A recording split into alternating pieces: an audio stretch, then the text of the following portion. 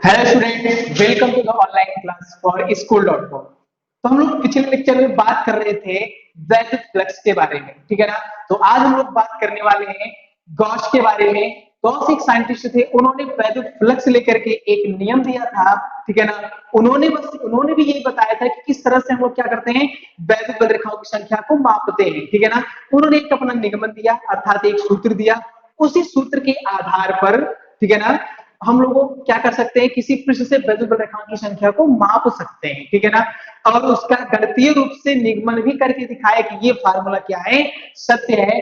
तो कहने का, और ये जो क्वेश्चन है गॉस का नियम, ये बोर्ड के पेपर का बहुत ही महत्वपूर्ण क्वेश्चन है। इसका निगमन भी आता है और एक नंबर में इसका नियम भी पूछा जाता है। तो आज हम लोग सबसे पहले जो बात करने वाले हैं वो है हम लोगों का गॉस का नियम। क्या है? गॉस का नियम।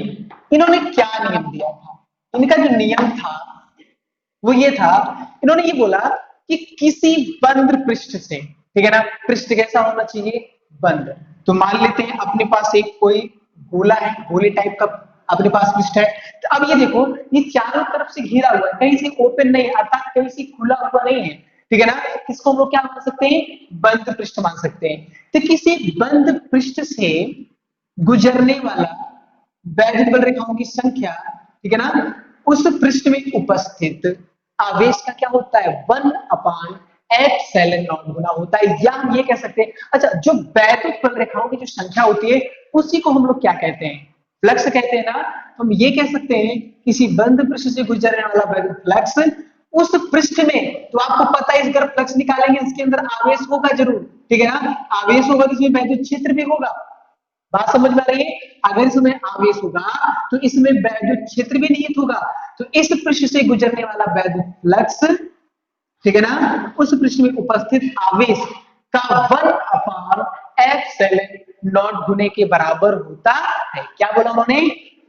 किसी गॉस के नियम के अनुसार किसी बंद पृष्ठ से गुजरने वाला वैद्युत फ्लक्स उस पृष्ठ में उपस्थित आवेश, आवेश क्यू है ना, आवेश क्यू का 1/एप्सिलॉन नॉट गुना होता है। तो इसी परिभाषा को हम लोग क्या करते हैं, इसी नियम को हम लोग यहाँ पे लिखते हैं। तो नियम क्या है? गॉस के गॉस के प्रमेय के अनुसार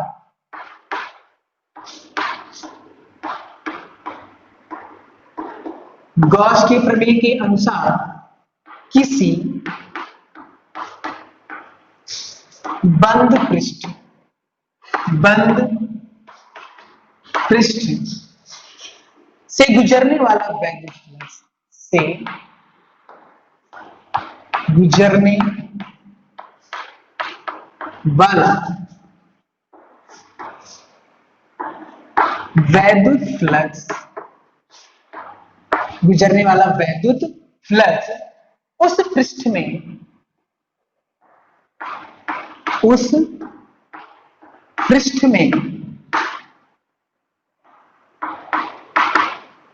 उपस्थित आवेश, उस पृष्ठ में उपस्थित आवेश का 1/एप्सिलॉन नॉट गुना होता है, गुना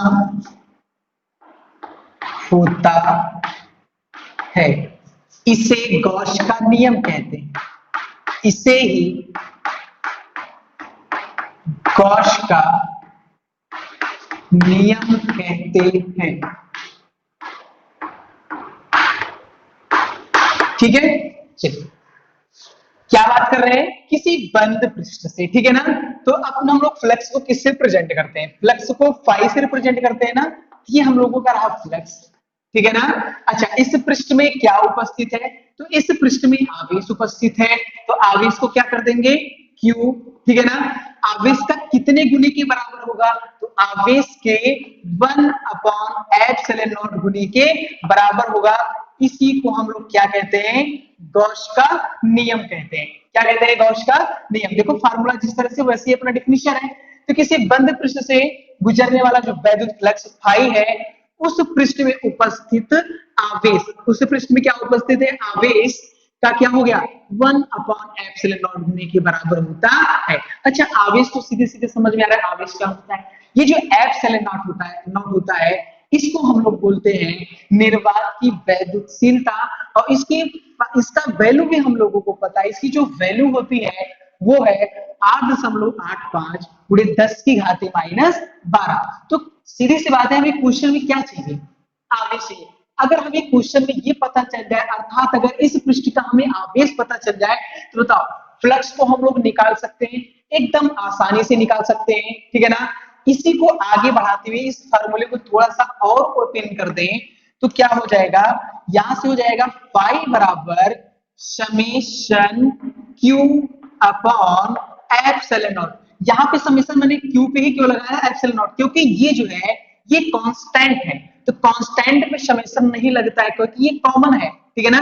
ये सभी आवेशों के लिए एप्सिलॉन नॉट ही होगा लेकिन हो सकता है इस पृष्ठ में एक आवेश ना होकर के कितने सारे आवेश हो बहुत सारे आवेश हो अर्थात इसीलिए यहाँ पे क्या लगा दिया गया है समेशन। इसी को अगर हम लोग थोड़ा सा ओपन करें तो क्या हो जाएगा समेशन को ओपन करेंगे तो क्या हो जाएगा या करके फाइव बराबर Q1 plus Q2 plus Q3 plus dot dot कितना Qn अपान कितना हो जाएगा एप्सिलॉन नॉट। तो करना क्या है कुछ नहीं करना है बस सभी आवेशों को आप जोड़ लेना और उसके बाद जो है एप्सिलॉन नॉट से भाग दे देना तो आपको ये पता चल जाएगा कि इस पृष्ठ में कुल कितने वैद्युत बल रेखाएं प्रवेश कर रही हैं या उसका फ्लक्स कितना है। यही किसने बोला यही गॉस ने बोला और इसको उन्होंने प्रमाणित भी करके दिखाया। क्या किया ऐसे ही नहीं उन्होंने बोला कि फाई जो है इसमें जो आवेश है आवेश का 1/ε0 गुना कहने का मतलब है बोलते तो सब है ठीक है ना लेकिन जो उसको फॉलो करके दिखाया जो उसको सिद्ध करके दिखाया उसी का नियम सही माना जाता था। तो गॉस ने अपने नियम को सिद्ध भी करके दिखाया ठीक है ना। तो अब जो हमें अब हम लोगों को अगले स्टेप में पढ़ना है वो पढ़ना है गॉस के नियम की उत्पत्ति अर्थात सिद्ध करना है क्या फाई बराबर Q अपॉन एप्सिलॉन नॉट होता है कि नहीं होता है। तो हम लोग आगे क्या देखेंगे गॉस के नियम का निगमन देखेंगे। अब हम लोग देखेंगे गॉस के नियम का निगमन या गॉस के नियम की उत्पत्ति। गॉस के नियम की उत्पत्ति ठीक है ये इंपॉर्टेंट क्वेश्चन है बोर्ड के पेपर में लगातार पूछे जाने वाला क्वेश्चन है ये ठीक है ना। इसका निगमन पूछा जाता है तो अब हम लोग क्या करते हैं इसको सिद्ध करते हैं। तो सिद्ध कैसे करेंगे सबसे पहले आपको एक बंद पृष्ठ लेना होगा जो कि गॉस ने बोला था ठीक है ना। बंद पृष्ठ हम लोगों के पास हो गया और इस बंद पृष्ठ में अपने पास आवेश होना चाहिए ठीक है ना। तो मान लेते हैं अपने पास कोई गोलीय पृष्ठ है ठीक है ना जिसका केंद्र क्या है O है केंद्र क्या है O है इसकी त्रिज्या क्या और मान लेते हैं इसी केंद्र पर अपने पास कोई आवेश क्या है Q है क्या है आवेश Q है। इस O से P दूरी मान लेते हैं अपने पास कोई दूरी P है। अब आपको पता है अगर गोला है तो गोले की त्रिज्या होगी इसकी त्रिज्या हम लोग क्या मान लेते हैं इसकी त्रिज्या मान लेते हैं स्मॉल r होगी ठीक है ना। चलिए इसी के साथ आगे हम लोग बढ़ते हैं। अगर इस गोले के अंदर ठीक है आवेश है तो इस पूरे गोले के एरिया पे क्या होगा वैद्युत क्षेत्र भी उपस्थित होगा ठीक है ना। तो हम लोग ये कह सकते हैं देखो दूरी भी है आवेश भी है तो वैद्युत क्षेत्र कितना हो जाएगा वैद्युत क्षेत्र हो जाएगा E बराबर 1/4 pi epsilon not Q upon R square. तो बिंदु O के काट बिंदु P पर वैद्युत क्षेत्र की तीव्रता क्या हो जाएगी यही होगी जो हम लोग देख रहे हैं ठीक है ना। तो आगे हम लोग बात करेंगे तो हम लोगों को मिल गया वैद्युत क्षेत्र मिला ठीक है ना। इसी के साथ अब हम लोगों को डिसाइड ये करना है कि हमें फ्लक्स निकालना है ना। तो फ्लक्स के लिए जरूरी क्या होता है वैद्युत क्षेत्र और क्या जरूरी होता है फ्लक्स में एक पॉइंट और होता है क्षेत्रफल सदिश। तो मान लेते हैं ये जो अपना गोला है ये छोटे छोटे क्षेत्रफलों से मिलकर के बना होगा।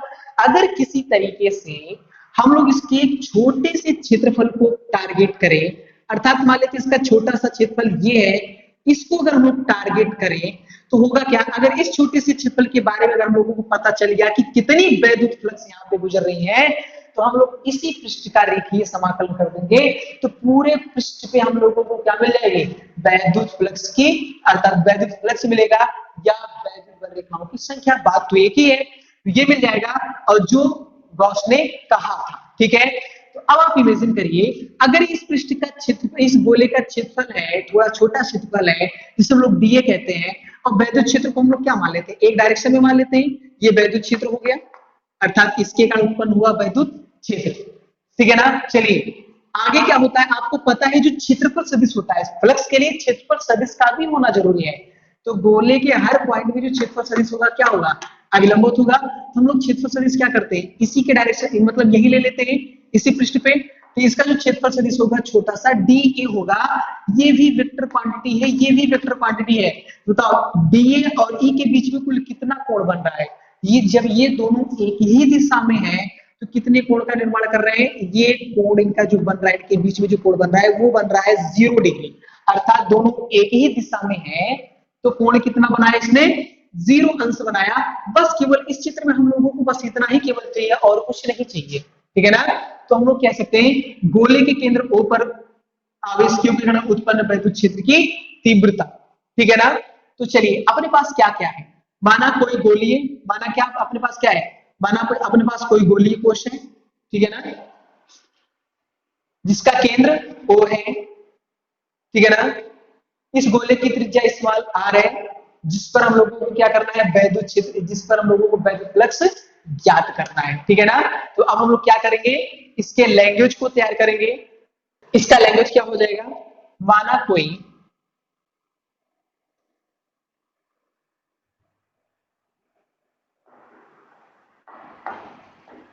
माना कोई गोलीय पृष्ठ, माना कोई गोलीय पृष्ठ जिसकी त्रिज्या, माना कोई गोलीय पृष्ठ जिसकी त्रिज्या, जिसकी त्रिज्या स्मॉल r है, क्या है, स्मॉल r है, गोले के केंद्र, गोले के केंद्र, गोले के केंद्र O, तो गोले का केंद्र क्या है, गोले के केंद्र O पर, गोले के केंद्र O पर गुजरने वाला, गोले के केंद्र O पर गुजरने वाला वैद्युत फ्लक्स, गोले के पृष्ठ, गोले के केंद्र O पर गुजरने वाला वैद्युत फ्लक्स, तो उसके लिए वैद्युत फ्लक्स कितना हो जाएगा, वैद्युत फ्लक्स कितना हो जाएगा, गोले के केंद्र O पर गुजरने वाला वैद्युत फ्लक्स फाई है, ठीक है ना। तो बताओ फ्लक्स कितना हो जाएगा, फाई बराबर समाकलन E D A cos theta, कितना हो जाएगा, समाकलन E D A cos theta. जरा आप ध्यान से अगर देखें तो ये जो अपना गोला है, इसके बीच में जो कोण बन रहा है डी ए और ई के बीच में कोण कितना है, 0 डिग्री ना। तो यहाँ पे थीटा के स्थान पे कोण कितना लिख देंगे, ई तो बाहर हो जाएगा, इंटीग्रेशन डी ए और कॉस 0 डिग्री, तो कॉस 0 की वैल्यू 1 होती है, तो क्या मिलेगा, मिल जाएगा हम लोगों को समाकलन डी ए कॉस 0 की वैल्यू कितनी हो गई, 1। अच्छा डी ए क्या है, क्षेत्रफल है ना, किसका क्षेत्रफल, गोले का। तो गोले का क्षेत्रफल कितना होता है, तो गोले का क्षेत्रफल हम लोगों को पता है क्या होता है, 4 पाई आर स्क्वायर, क्या होता है, 4 पाई आर स्क्वायर। इसको क्या मान लेते हैं, इसको मानते हैं समीकरण नंबर 1, ठीक है ना। अब इसी समीकरण में, इसी समीकरण के साथ हम लोग आगे बढ़ते हैं, तो आगे क्या हो जाएगा, तो आगे हो जाएगा गोले के केंद्र O पर उत्पन्न वैद्युत क्षेत्र की तीव्रता, गोले के केंद्र O पर उपस्थित आवेश, गोले के केंद्र O पर उपस्थित आवेश के कारण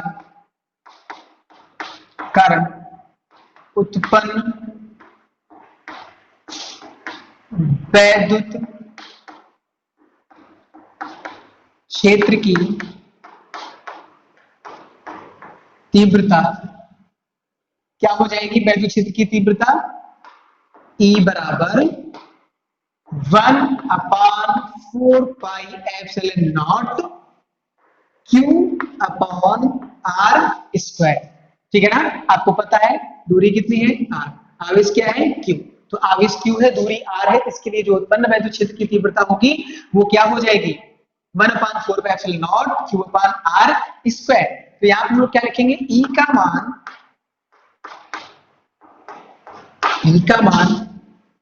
समीकरण 1 में रखने पर, तो समीकरण 1 में रखेंगे तो कितना हो जाएगा? फाई बराबर 1/4 pi epsilon not Q/R square into आगे क्या है? 4 पाई R स्क्वायर। तो 4 पाई से 4 पाई कैंसिल, R स्क्वायर से R स्क्वायर कैंसिल, इधर क्या बचा? Q, नीचे क्या है बचा? क्या है? Epsilon not. ठीक है ना? इधर क्या है? फाई। बताओ यही गॉस का नियम था कि नहीं था? तो फाई बराबर हम लोगों को क्या मिला? फाई बराबर मिला Q/एप्सिलॉन नॉट। ठीक है ना? हम लोगों ने यहाँ पे क्या देखा? अर्थात यही गॉस का नियम है। तो यहाँ पे लिख सकते हैं अर्थात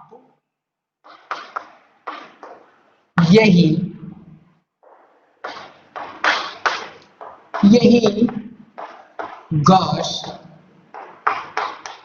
का नियम है। क्या है? यही गॉस का नियम है।